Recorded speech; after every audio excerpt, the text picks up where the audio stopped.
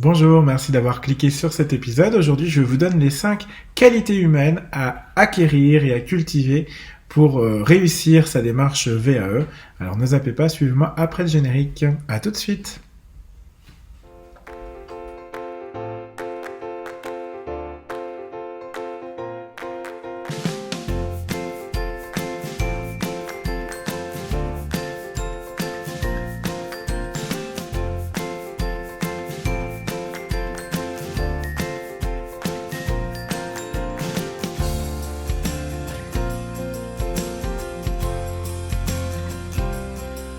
Bonjour à tous, bienvenue dans ce nouvel épisode. Je suis Julien Accard, je suis ingénieur de la formation et des compétences.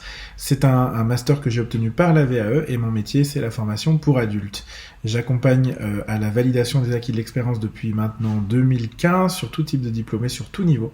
Et donc dans ces épisodes, je vous partage chaque semaine, tous les vendredis sur YouTube et en podcast, un maximum de retours d'expérience, de trucs, d'astuces, de bonnes pratiques pour vous aider à vous lancer du mieux possible dans la démarche de VAE et, je l'espère de tout cœur, à la réussir. Alors, comme promis cette semaine, on va évoquer les 5 qualités humaines qu'il faut, selon moi, acquérir et cultiver pour réussir votre démarche de VAE. Alors, première petite chose que je voudrais vous signaler avant de vous donner ces qualités, c'est que ça n'est évidemment pas exhaustif, que c'est mon regard sur la démarche, avec mes propres filtres, avec ma perception d'ancien candidat à la VAE et d'accompagnateur. Mais je crois vraiment fondamentalement que les 5 qualités humaines que je vais vous proposer, c'est presque l'ADN de la démarche de VAE, l'ADN d'un candidat en tout cas qui réussit. En tout cas, ça me semble vraiment des points de vigilance à avoir de votre côté si vous envisagez de vous lancer. Et puis la deuxième chose, c'est que, je voulais vous dire quand même, c'est que tout se travaille. Donc si vous avez ces qualités de façon innée, tant mieux pour vous parce que ça va forcément être plus facile, ça va forcément vous aider. Mais si vous ne les avez pas ou pas toutes, n'hésitez pas dans tous les cas à vous challenger, à apprendre et à sortir de votre zone de confort pour les acquérir finalement. Dites-moi en commentaire si ça vous intéresserait d'avoir peut-être des exercices pratiques pour chacune des qualités personnelles que je vais vous citer aujourd'hui. Alors, première qualité humaine qui me semble importante, c'est l'honnêteté et l'intégrité. C'est la base d'une démarche de VAE, c'est de dire les choses, de dire la vérité, d'écrire la vérité dans son livret et de la dire lors du jury oral. Donc il s'agit pas de faire semblant d'être quelqu'un d'autre, il s'agit pas de faire semblant d'avoir des missions ou des compétences que l'on n'a pas. Pourquoi ? Alors déjà parce que ça se fait pas, le mensonge c'est pas beau, mais au-delà de ça parce que je crois fondamentalement que un jury un peu aguerri le voit tout de suite. Moi, pour avoir déjà été jury, des fois même sans le vouloir, on met le doigt sur quelque chose qui nous semble bizarre, sans forcément prêter à mal. Et quand on interroge le candidat qui a un peu ou beaucoup enjolivé ou carrément menti dans son livret, en lui posant quelques questions, on se rend compte que c'est pas de son fait. Et puis il y a carrément la malhonnêteté où on a des candidats, ça existe encore, qui achètent des livrets VAE sur internet et qui pensent que ils vont pouvoir se présenter en passant la barrière des logiciels anti-plagiat, en passant la vigilance évidemment des certificateurs, et évidemment c'est pas ce qu'on veut. Au contraire, on va forcément, je pense, privilégier un candidat qui est honnête, qui est sincère, qui arrive avec le parcours qui est le sien, la réflexion et l'analyse de son parcours qui est le sien, quitte à pas couvrir 100% du référentiel. C'est pas d'ailleurs ce qu'on demande, on demande de couvrir, je pense, 80%, ce serait bien. S'il nous manque peut-être certaines compétences, d'aller chercher, d'aller faire de l'auto-formation, voire des formations même dessus, d'aller faire des lectures, etc.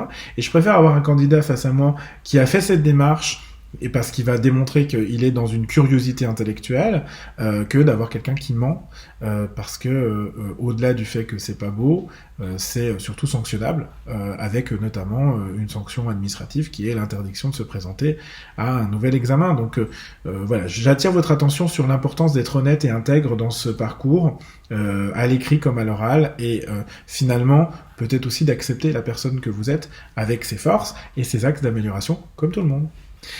Deuxième qualité qui me semble importante, c'est l'analyse et la nuance. Alors l'analyse parce que la capacité d'analyser, de prendre de la hauteur et du recul, j'ai déjà eu l'occasion d'en discuter sur cette chaîne, c'est vraiment un fondamental finalement du candidat à la VAE, de ce qu'on attend en fait en tant que certificateur finalement pour valider le diplôme de quelqu'un. On veut que ce soit quelqu'un qui dépasse sa pratique professionnelle, le descriptif de sa pratique pour aller dans l'analyse. Pour quelles raisons je procède comme ça? Pour quelles raisons j'ai développé cette pratique professionnelle qui est la mienne? Ça, c'est vraiment très important. Et puis, j'y ajoute la nuance parce que ce qu'on veut, c'est quelqu'un qui soit capable de distinguer les différentes nuances. C'est pas tout blanc ou tout noir, c'est souvent des nuances de gris. Et ce qu'on veut savoir, c'est peut-être que dans telle situation, vous avez fonctionné comme ça, mais peut-être que dans d'autres, vous fonctionnez autrement. Et pourquoi vous fonctionnez différemment? C'est parce que vous allez nuancer finalement à la fois votre propos, votre analyse, et donc gagner évidemment en crédibilité. C'est la deuxième qualité humaine qui me semble importante, l'analyse, le sens de la nuance. C'est évidemment un attendu fort de la démarche, et c'est aussi le rôle peut-être de l'accompagnement là-dedans, parce que c'est avoir une personne extérieure qui vous dit tiens, là, est-ce que tu analyses suffisamment, est-ce que tu penses que quelqu'un qui est extérieur comprend ce que tu veux dire, ça peut toujours être forcément très utile.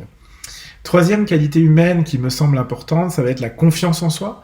Alors la confiance en soi, c'est un défaut qu'ont beaucoup de candidats, et j'ai presque envie de dire beaucoup de Français, je pense, parce que on est souvent confronté, enfin moi en tout cas je suis souvent confronté à des candidats qui me disent j'ai pas beaucoup de confiance en moi, pas surtout, etc. C'est une qualité qui se travaille, qui se développe, que la démarche de VAE permet d'ailleurs de renforcer. Donc si vous n'avez pas confiance en vous, ça peut être un bon outil pour le coup de faire une démarche de VAE. Et puis il en faut un peu de confiance en soi pour se lancer dans une démarche. D'abord parce qu'il faut penser qu'on peut mériter le diplôme pour se lancer et du coup pour y aller.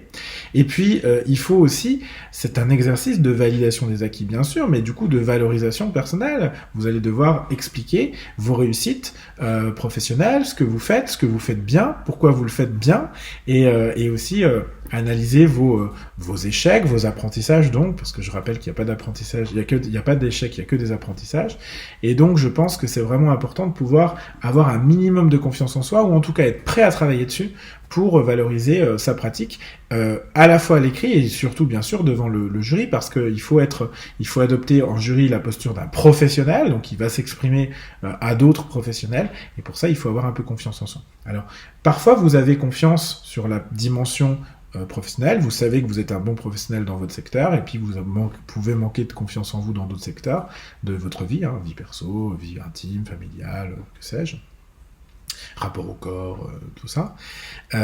Et c'est justement quelque chose qu'il faudra cultiver, votre confiance en vous, pour, à mon avis, réussir votre démarche de VAE.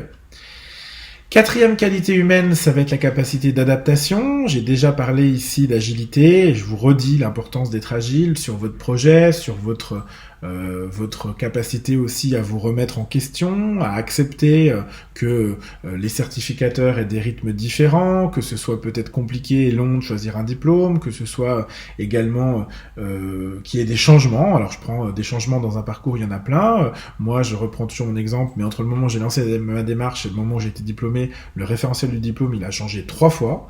3 fois, ça veut dire qu'il a fallu réadapter aussi mon livret, ma façon de concevoir aussi ma démarche, mon plan, etc. Donc ça demande de la capacité d'adaptation, ça demande de la capacité d'adaptation aussi quand vous êtes face à un jury avec des professionnels, des enseignants qui viennent de milieux très différents, parce qu'il va falloir pouvoir parler à tout le monde, pouvoir concerner chacun d'entre eux.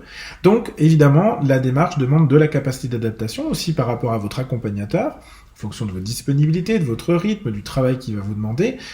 Et tout ça, c'est une vraie qualité à cultiver, d'ailleurs je pense même dans la vie de tous les jours, parce qu'on est dans un monde VUCA, ceux que ça intéresse, vous pouvez aller chercher l'acronyme, volatile, incertain, complexe et ambigu. Alors, on est dans un monde qui a beaucoup évolué, le Covid n'a fait que renforcer une situation que l'on avait déjà par le passé, et donc du coup ce qui peut être vraiment intéressant, c'est de valoriser cette capacité d'adaptation, parce que c'est aussi un des critères que le jury va analyser. Enfin, dernière qualité humaine, en tout cas pour cette vidéo qui me semble importante, c'est la ténacité. La ténacité, j'ai hésité beaucoup à mettre pugnacité. Le fait, en tous les cas, de s'accrocher, un peu comme la moule à son rocher, contre les flots, contre les marées, parce que à un moment, vous avez cet objectif en tête, vous avez décidé d'y aller, vous allez subir les aléas, les imprévus de votre parcours, peut-être des déceptions dans la durée que ça prend, dans la difficulté que ça nécessite, enfin de surpasser, etc. Et donc, faut s'accrocher. Faut s'accrocher à son objectif, faut pouvoir revenir dessus.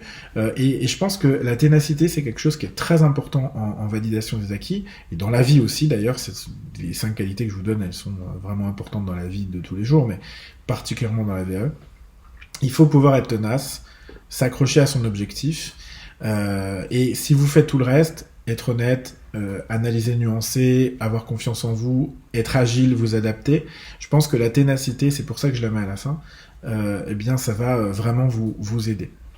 Voilà pour les 5 qualités humaines que je pense que les candidats devraient essayer de développer. J'espère que vous avez aimé cet épisode, j'espère que ça vous intéresse, ça vous plaît. Si c'est le cas, n'hésitez pas à mettre j'aime, à partager, à commenter, à suivre la chaîne. Et je vous invite à vous inscrire sur notre site internet jacef.com, à la newsletter, pour recevoir toujours plus de contenu exclusif. Quant à moi, écoutez, je vous dis à la semaine prochaine pour une nouvelle vidéo sur la VAE. D'ici là, je vous embrasse, portez-vous bien.